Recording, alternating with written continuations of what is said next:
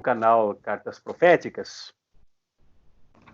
eu consigo várias amizades assim muito bacanas, de muita qualidade humana, de muito valor para reflexão, para análise, para o debate que nós temos que fazer agora no nosso país e no nosso mundo sobre essa crise catastrófica que não é do coronavírus, como nós debateremos daqui a pouquinho. O coronavírus é uma decorrência, uma outra crise muito maior que está por detrás, que é chamada crise orgânica do capitalismo. E entre essas pessoas bacanas que eu consegui como amizade, está o professor Dirceu Antônio Hort, ele vai se apresentar agora para vocês. Então, nós trabalharemos aqui 3 pontos. Eu estou marcando aqui o tempo, 3 pontos para contribuição, para a reflexão que todos nós temos que fazer. E temos que fazer. Se nós não fizermos, nós seremos arrastados de maneira cega, de maneira surda, para o abismo, no fundo da crise, e quem cair no fundo da crise sem reflexão, sem análise, sem compreensão da realidade, terá muito mais dificuldade para se ajustar na reconstrução do mundo no pós-coronavírus. As coisas são muito sérias. Então, a exigência para que nós nos posicionemos de maneira correta, de maneira justa, seja boa não só para o indivíduo, para cada um, mas para toda a humanidade, exige de nós reflexão, exige de nós análise e exige de nós uma inteligência alimentada. Burrice, como as que vemos aí em Brasília, só levarão ao desastre. Então, eu tenho prazer de apresentar para vocês o professor Dirceu Antônio Hort.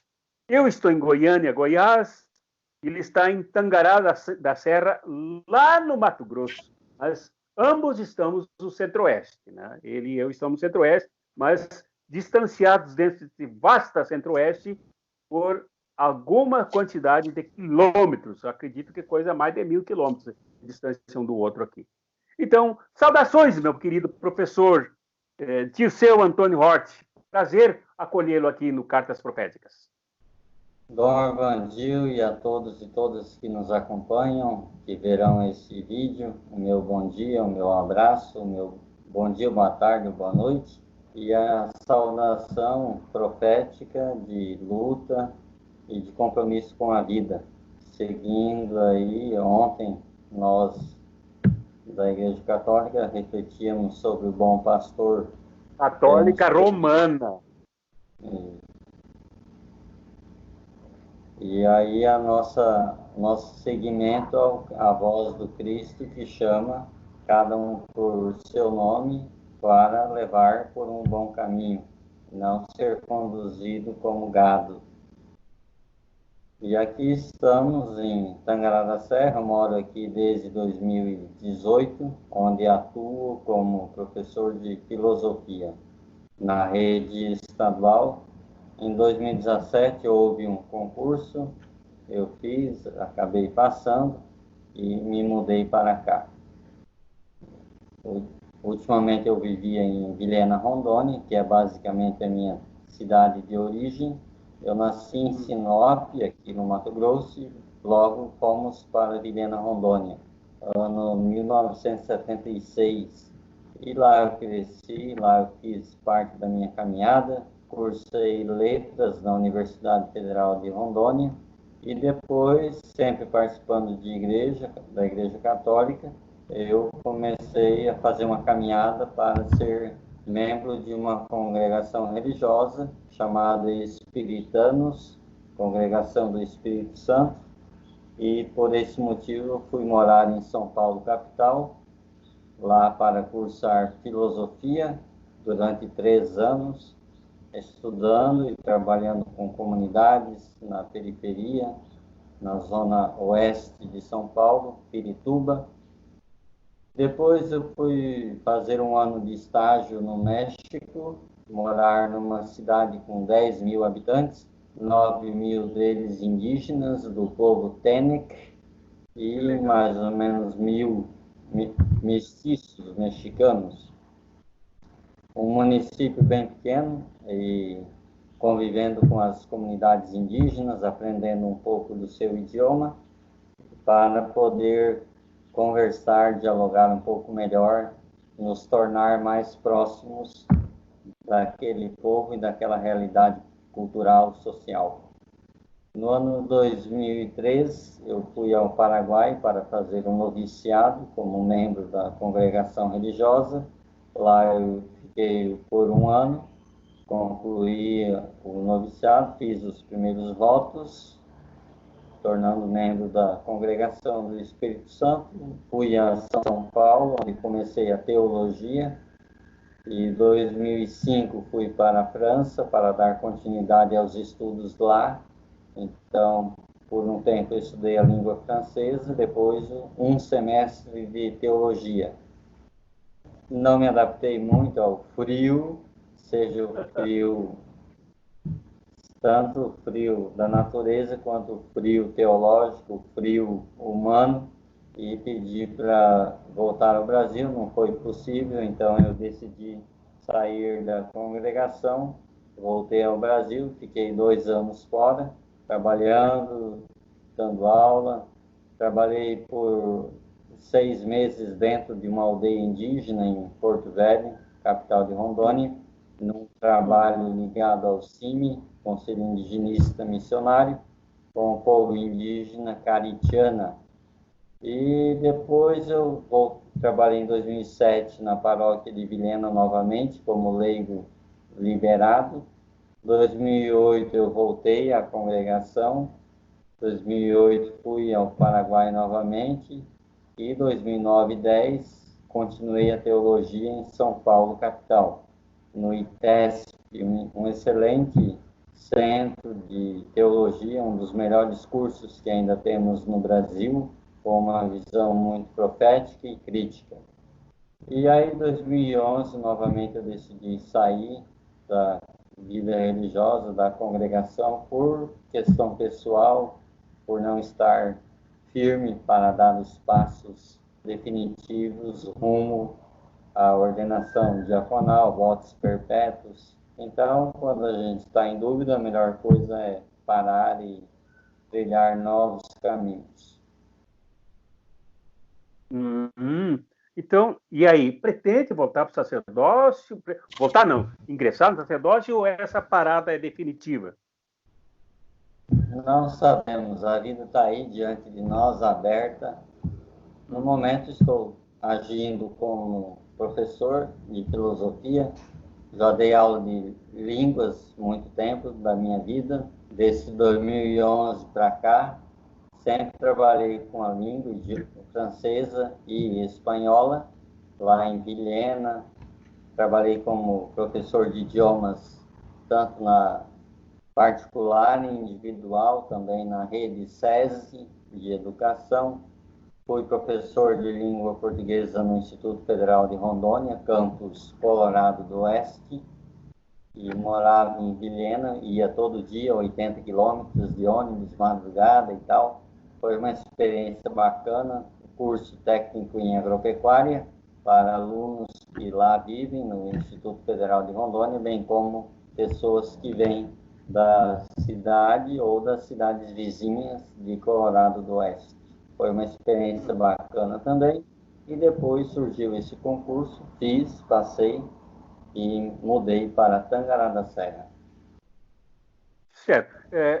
Eu acho que depois, numa outra live, num outro encontro nosso aqui no canal, deveríamos levantar outros pontos com referência à tua biografia rica, o teu currículo da relação com indígenas, enfim, com essas viagens todas aí por essa parte do mundo, né, tanto na França quanto aqui na América Latina.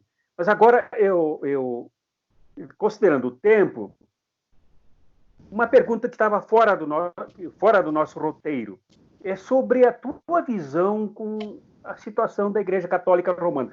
Sempre que tu dizes católica, eu gostaria que tu dissesse romana, né? Porque há vários católicos, inclusive eu sou católico, né? Claro. Não sou romano. E então é preciso. A pergunta é a seguinte: Como é que tu entendes, como é que tu vês, como é que tu analisas essa divisão dentro da Igreja Católica Romana, com o Papa Francisco, generoso, alimentado pela teologia da libertação, embora ele não fale nesse nome, né, com esse carinho, com essa generosidade pelo planeta, pelos indígenas, pela Amazônia, e, por outro lado, um setor imenso do catolicismo romano atrás de Bolsonaro. Como é que tu vês isso? Que análise tu farias isso, uma análise rápida? Pois bem, sabemos que dentro da Igreja Católica, como em qualquer outra igreja, sempre há vertentes diferentes e linhas de ação. Pouca gente opta pelo radicalismo do Evangelho, da boa notícia, não é evangelizar e batizar, mas assumir o protagonismo de construir o reino de Deus aqui e agora. E é óbvio que sempre houve e haverá pessoas que doam suas vidas. Estou aí com a camiseta Profetas do Reino, faz menção ao pessoal da prelazia de São Félix do Araguaia, onde Dom Pedro Casaldáliga foi bispo por muitos anos, hoje bispo emérito. Ele é um dos maiores exemplos de alguém que faz a opção radical e profunda pelo reino de Deus. Então, Verdade. sempre houve parte, não vou usar um adjetivo muito forte, mas a parte acomodada da Igreja Católica, que fica insatisfeita e sem nenhuma formação humana. A Igreja Católica errou muito ultimamente, depois do auge da teologia da libertação, anos 90 em diante, há uma decaída desse processo de compromisso com os pobres, com o reino de Deus, e aí tanto a igreja falhou, deixando de dar formação crítica e profunda, sindicatos também têm o seu erro, além também da própria educação, que também vai entrando num processo de decadência. Bom, Mas, o último ponto que eu gostaria de trabalhar aqui, que nós combinamos, é a questão da docência e a tua relação com a escola, com a educação, com a rede estadual, né, porque vocês enfrentaram uma greve há pouco tempo. Como está essa situação dos professores e professoras e trabalhadores outros da rede estadual? perfeito. Ano passado, 2019, nós ficamos em greve durante 72 dias. Claro que não foi todo mundo, não foram todos os trabalhadores e trabalhadoras da educação, dos cerca de 40 mil trabalhadores da educação em Mato Grosso. Uma parte fez greve durante 72 dias, apenas para garantir direitos que já tínhamos, com o novo governador Mauro Mendes, eleito em 2018, assumiu em 2019, tocando o terror. Veja bem que ele assumiu em início de janeiro e a Assembleia Legislativa teve mandato até o fim do mês de janeiro. A maioria desses deputados até 2018 não foram reeleitos, porque eram pessoas que não colaboraram com a caminhada do povo aqui no estado, então não foram reeleitos. Porém, tinham mandato até o fim do mês. Então, o governador Mauro Mendes enviou um projeto à Assembleia Legislativa cortando direitos do povo trabalhador, de todos os servidores públicos. Então, da parte da educação, fizemos greve, durou 72 dias, não para ter direitos novos, apenas para garantir os direitos que já tínhamos.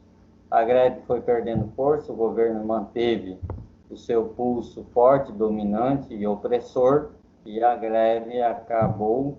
Houve algumas manutenções de direitos, porém nenhum direito foi ganho a mais, simplesmente conseguiu se manter alguns deles. Temos uma luta constante contra um governo que tira da boca do trabalhador e coloca na boca do agronegócio. Todo mundo tem noção que Mato Grosso é um dos estados onde o agronegócio é mais forte, a maior fonte de riqueza do estado. Porém, essa riqueza não é partilhada com o povo do Mato Grosso. O governo tira da nossa boca e dá ao agronegócio isenção de bilhões de reais ao ano. Então, sempre o Estado serve aos interesses da classe dominante. Uhum. Certo. Esse é um problema também que uma outra hora nós podemos conversar mais. É um fenômeno tipicamente capitalista e mundial, né, que está arrastando o capitalismo para o abismo, para a decadência total, pela insuportabilidade dessa injustiça que é o acúmulo das riquezas desviadas do Estado, que deveria ser para o povo, para todos, para as mãos de uma minoria. Mas agora, a última questão, professor Dirceu, nome bonito, aliás, Dirceu, né? Simbólico no Brasil. Então, a última pergunta é a seguinte: como está a relação da educação, da rede estadual, a posição do governo estadual com a questão da pandemia, com a questão do coronavírus? E como o povo se comporta em relação a esse problema? Pois bem, desde o dia 23 de março nós estamos sem dar aulas devido à pandemia, nesse recesso. Houve uma tentativa do governo do estado agora, há uma semana atrás, querer que as aulas voltassem ao normal, o que seria uma tragédia. Então, o Ministério Público entrou em ação e conseguiu reverter isso aí e manter o isolamento social, que, como sabemos, já estamos careca de saber, é a única ferramenta, a única vacina que nós temos para tentar nos proteger. Quem puder, fique em casa. Imagina abrir uma porta de uma sala de aula com 30, 35 alunos. Isso, se acontecesse, seria uma dispersão e uma disseminação do vírus de modo absurdo. Então, continuamos em isolamento, nós que temos esse privilégio, inclusive, de poder cuidar da saúde. Lamentavelmente, nem todo mundo pode. A iniciativa privada pressiona os governos municipais e estaduais. A maioria do comércio já está voltando a atender com certos cuidados, mas a gente sabe que isso aí acaba em ambiente de contaminação, o que é muito triste. Temos experiências aí pelo Brasil afora, lá na Paraíba foi muito forte, trabalhadores ajoelhados pedindo que se acabasse com a quarentena. Claro que mandados e obedientes ao patrão, se não perde emprego, e claro que tem outros fatores envolvidos, mas é caótico a situação no Brasil. Aqui não é diferente, já está em 11 casos de óbito, 11 pessoas morreram, tem 400 e alguma coisa de contaminados. Eu sou de Rondônia, lá está em quase 600 contaminados. E é aquela coisa, né? Isso são os notificados. A subnotificação no Brasil é algo... Estão falando os especialistas que para cada um tem 10 e estão contaminados e não sabem. É muito grave, é preocupante e temos que cuidar, preservar a vida de onde Deus, que é a maior riqueza.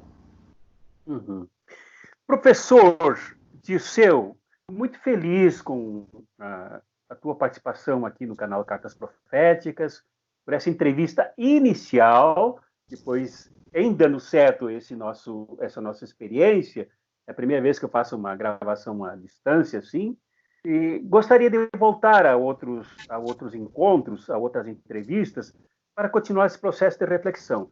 Eu acho, meu querido professor Dirceu, que tu és uma das pessoas que deveria ser mais chamada para o centro do debate, tanto para contribuir com o debate que nós precisamos fazer, né? Não concentrando a reflexão somente no eixo São Paulo-Rio, mas abrindo para as bordas do país, né? para contribuir e também se enriquecer aí, que acredito, e gostaria que tu encerrasse com a resposta bem rápida a essa questão, acredito que de vez em quando tu deve sofrer de solidão aí, no meio de um estado que é absolutamente dominado pela agressão à natureza, pelo agronegócio e tudo mais, e que talvez fosse bacana para ti, fosse abençoador para ti, libertador para ti também, ser enriquecido por tantos debates que rolam pelo nosso país. Ainda ontem eu participei de 2. Eu pensei que no próximo debate, se tu quisesse, eu queria te incluir, vencendo esse problema da tecnologia aí que nos atropela a nós dois e a tanta gente, mas nós precisamos enfrentar essa questão da tecnologia, porque ela está aí, nós temos que usar e não deixar só para a burguesia usá-la. Perfeito. Aqui em Tangará é uma cidade com quase 100 mil habitantes. 50% do território do município é terra indígena, porém são maltratados, são vistos como lixo e é sempre uma luta constante. Tem mais gente da luta que é óbvio, mas a resistência que tem que ser feita, ela enfrenta aquela ala conservadora, seja dentro da igreja católica e as igrejas evangélicas, idem, e dentro das escolas também. Construir consciência é sempre um desafio constante, cabe a cada um de nós que tem essa percepção, doar de si para formarmos pouco a pouco uma sociedade menos injusta, menos necrófila, como estamos vendo atualmente. Eu agradeço muito o contato, essa primeira experiência nossa aqui, já estamos conversando há muito tempo e agora fazendo essa gravação. Agradeço a ti e a todos e sigamos firmes na luta, na construção de um outro mundo possível. Abraços críticos e fraternos para ti, meu irmão. Adiante.